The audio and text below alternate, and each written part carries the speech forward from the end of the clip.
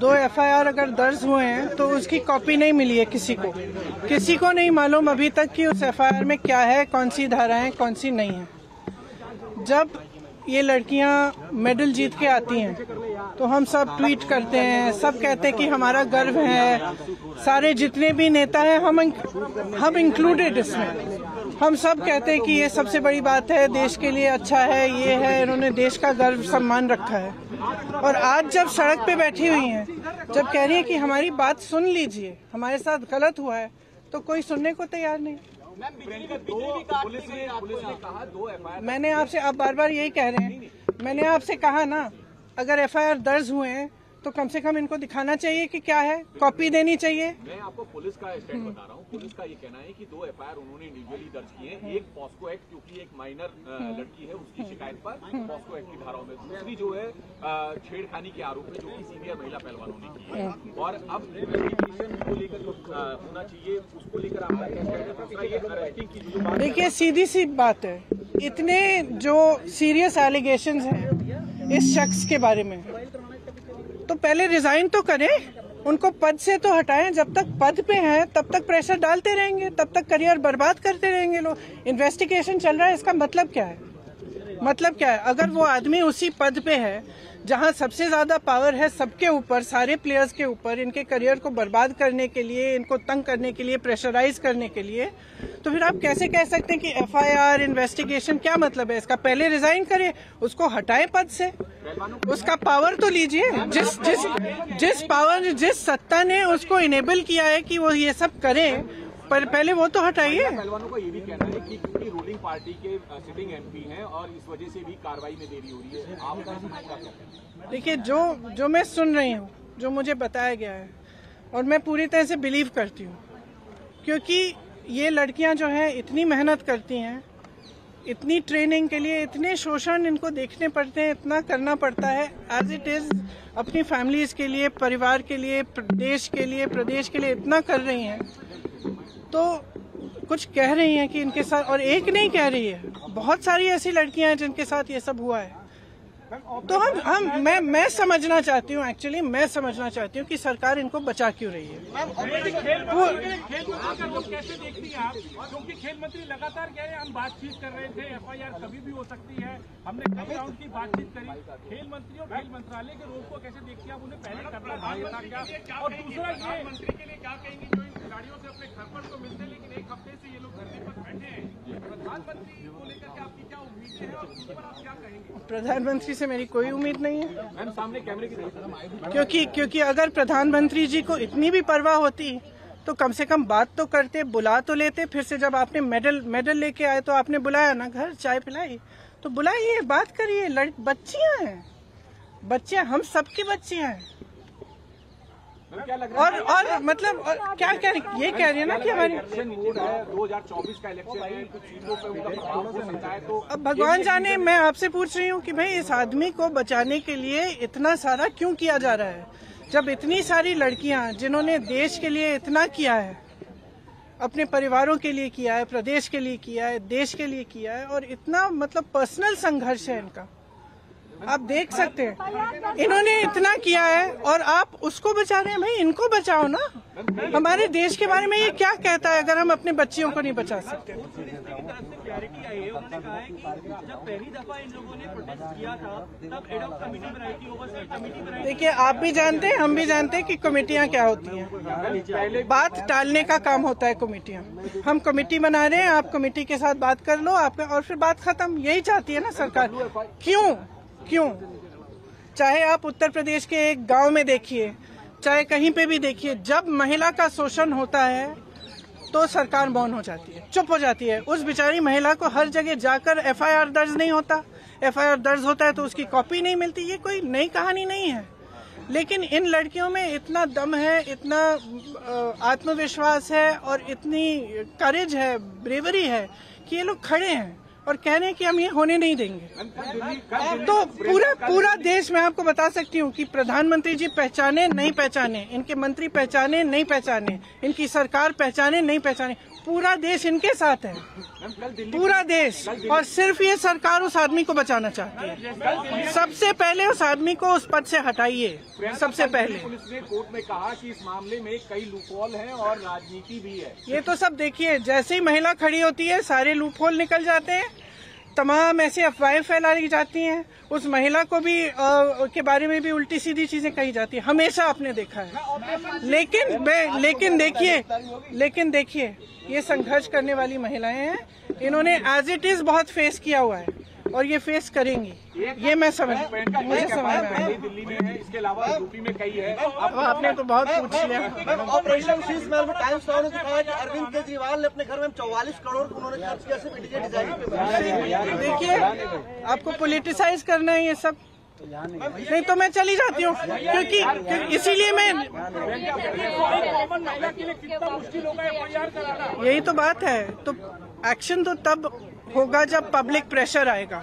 Frankly आज ये स्थिति है कि पब्लिक इनके साथ है, पब्लिक प्रेशर डाले। मैं इस देश की हर एक महिला को, हर एक लड़की को कहना चाहती हूँ, ये लड़कियाँ अकेली खड़ी हैं यहाँ, आप इनके साथ खड़े हो और इनकी आवाज को आप बुलंद करो, क्योंकि जब तक आप खड़ी नहीं होंगी तब तक कोई एक्शन नहीं होगा। इस मामले को निपटने की कोशिश होगी, उसके बाद कुछ नहीं होगा। तो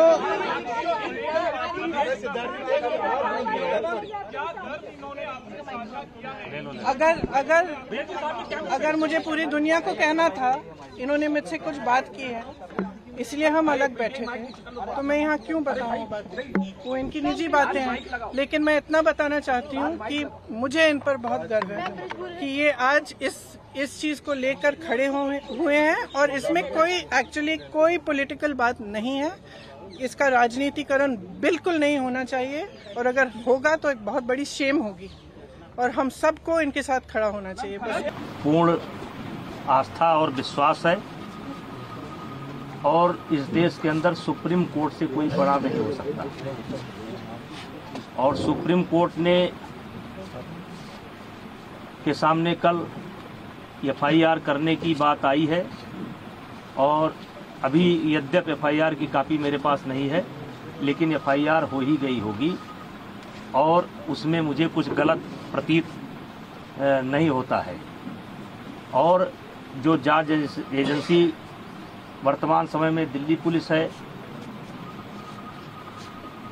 उस पर भी मुझे पूरा भरोसा है। मुझे किसी प्रकार से कोई शिकायत नहीं है, और मैं पूरी तरह से निर्दोष हूं, और इन आरोपों का सामना करने के लिए तैयार हूं। जांच एजेंसी जहां भी उचित समझेगी, उसकी हर जांच में सहयोग करने के लिए मैं तैयार हूं। मुझे पहले भी भरोसा था, आज भी भरोसा है। सुप्रीम कोर्ट से ऊपर इस देश के अंदर कोई नहीं हो सकता है, और सुप्रीम कोर्ट का आदेश सर्वमान्य है, और मुझे या मेरे समर्थकों को ये आदेश सर्वमान्य है, और मुझे जांच एजेंसी पर भी पूरा भरोसा है, और मुझे और मेरे समर्थकों को न्याय मिलेगा, क्योंकि लगातार कई महीने से गाली पर गाली, गाली पर गाली, गाली पर गाली, आरोप पर आरोप, आरोप पर आरोप, इससे हमें भी कष्ट होता है, हमारे परिवार को भी कष्ट होता है, हमारे समर्थकों को भी कष्ट होता है।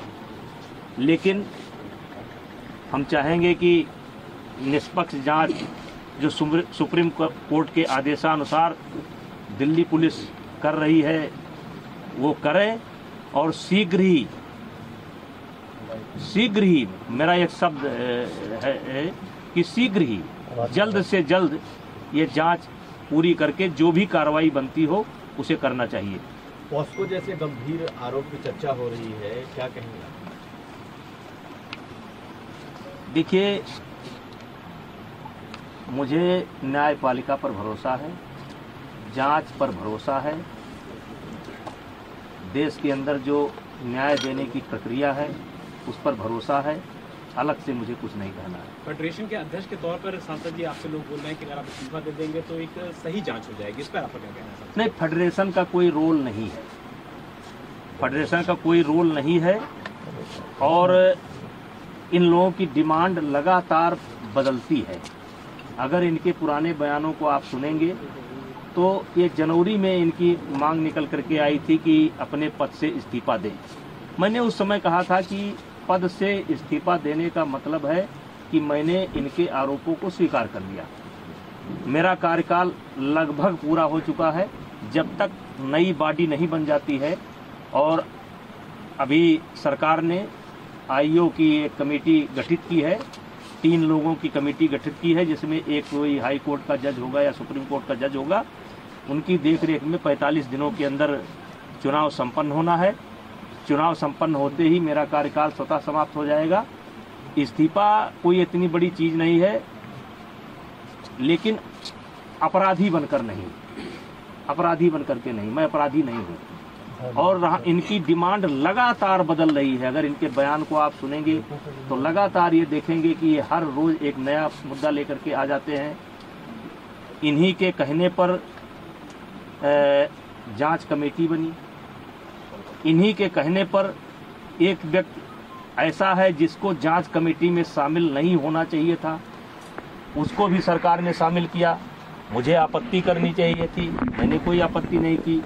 जांच कमेटी की रिपोर्ट लगातार इनके पास पहुंच रही थी। कौन कौन खिलाड़ी क्या क्या बोला, लगातार डे बाय डे इनके पास पहुंच रही थी। इनको जब आभास हो गया कि जांच कमेटी में कोई आरोप सिद्ध नहीं हो रहे हैं, तो इन्होंने कमेटी के सार्वजनिक होने का इंतजार भी नहीं किया और ये सुप्रीम कोर्ट चले गए और एक कोई नया मामला लेकर के भी गए हैं। और सुप्रीम कोर्ट में नया मामला लेकर के गए हैं और इन्होंने जिन बच्चों को पहले पेश किया है, कोई नाबालिग मैं नहीं जानता, एक ऐसा हवा में निकल करके आ रहा है कि उसमें से कोई नाबालिग है। तो मेरा सवाल यह है कि उसको जांच कमेटी के सामने क्यों नहीं पेश किया गया। और मैंने एक ऑडियो दिया है जिसमें एक खिलाड़ी, मैंने एक ऑडियो दिया है जिसमें धरने पर बैठा हुआ एक खिलाड़ी किसी लड़की से कह रहा है कि किसी भी लड़की का इंतजाम कर दो, किसी भी तरीके से इंतजाम कर दो। मतलब ये 4-4 महीना मेरे खिलाफ लोगों को उकसाएंगे, भड़काएंगे, सबूत इकट्ठा करेंगे और फिर 3 महीने बाद एक ले जा करके फिर किसी न किसी को पेश कर देंगे। चलिए, मुझे उस पर भी कोई आपत्ति नहीं है, ये काम जांच एजेंसी का है, वो जांच एजेंसी अब काम करेगी। लेकिन हमने तो लगातार सरकार के फैसले का सम्मान किया और ये लगातार इसका उल्लंघन कर रहे हैं। रोज रोज ये नई डिमांड लेकर के आ जा रहे हैं। अब जांच एजेंसी की रिपोर्ट सार्वजनिक होने का इनको इंतजार करना चाहिए। फिर ये धरने पर बैठ गए। अब धरने पर बैठ गए, पहले इनकी मांग थी FIR की जाए। चलिए भाई, इनकी मांग स्वीकार हो गई, अब FIR हो गई। अब इनको चाहिए, अब कहते हैं कि जेल के अंदर होना चाहिए, सारे पदों से इस्तीफा देना चाहिए। तो ये जो मेरे पास, मैं लोकसभा का सदस्य हूँ, ये पद मुझे दिनेश फोगाट की कृपा से नहीं मिला है, हमारे क्षेत्र की जनता ने मुझे दे रखा है। और एक बार नहीं, 6 बार दे रखा है। 6 बार मुझको दिया, मेरी पत्नी को दिया, और उनको उनकी कृपा पर नहीं है। और कुश्ती संघ का अध्यक्ष पद भी उनकी कृपा पर नहीं है। मैं चुनाव लड़कर के जीता हूँ। अब आपके माध्यम से आप सवाल पूछेंगे तो मैं कहना चाहता हूँ, एक ही परिवार और एक ही अखाड़ा क्यों? हरियाणा के अन्य खिलाड़ी क्यों नहीं? हिमाचल के, महाराष्ट्र के, मध्य प्रदेश के, केरला के, कर्नाटका के, तमिलनाडु के, बंगाल के, आसाम के, देश के अन्य प्रांतों के खिलाड़ी क्यों नहीं? 12 साल से लगातार इनके साथ यौन उत्पीड़न होता है, केवल इनके साथ। वो यौन उत्पीड़न देश के अन्य खिलाड़ियों के साथ क्यों नहीं होता है? केवल एक ही अखाड़ा और एक ही फैमिली, एक अखाड़ा एक फैमिली। बाकी हरियाणा का 90% खिलाड़ी और 90% गार्जियन ब्रिजभूषण सिंह के साथ है। क्योंकि मैंने काम किया है, मैंने खेल को जहां तक सेवा दे सकता है ईमानदारी से सेवा दिया है। और इसीलिए आज देश का एक, जबकि इन्होंने कोई कसर नहीं छोड़ी है, इन्होंने कोई कसर नहीं छोड़ी है कि कोई निकल करके आ जाए। लेकिन एक सवाल मैं मीडिया के माध्यम से, आपके माध्यम से रखना चाहता हूं कि 12 साल से इनके साथ ही हो रहा है। एक अखाड़ा, एक फैमिली। और इस 12 साल में भी एक बार भी ये शिकायत लेकर के ना तो खेल मंत्रालय में गए हैं, ना किसी पुलिस स्टेशन पर गए हैं, ना कभी फेडरेशन में आए हैं। और यही खिलाड़ी आंदोलन के 15 दिन तक पहले इनकी वीडियो सुन लिया जाए, इनका ऑडियो सुन लिया जाए, और ये जो है हमारी तारीफ करते थे। ये जो खिलाड़ी आज धरने पर बैठे हैं, ये अपने शादी में मुझे क्यों बुलाते थे, फिर जोड़े में होकर के मेरा फोटो क्यों लेते थे, मेरा आशीर्वाद क्यों लेते थे।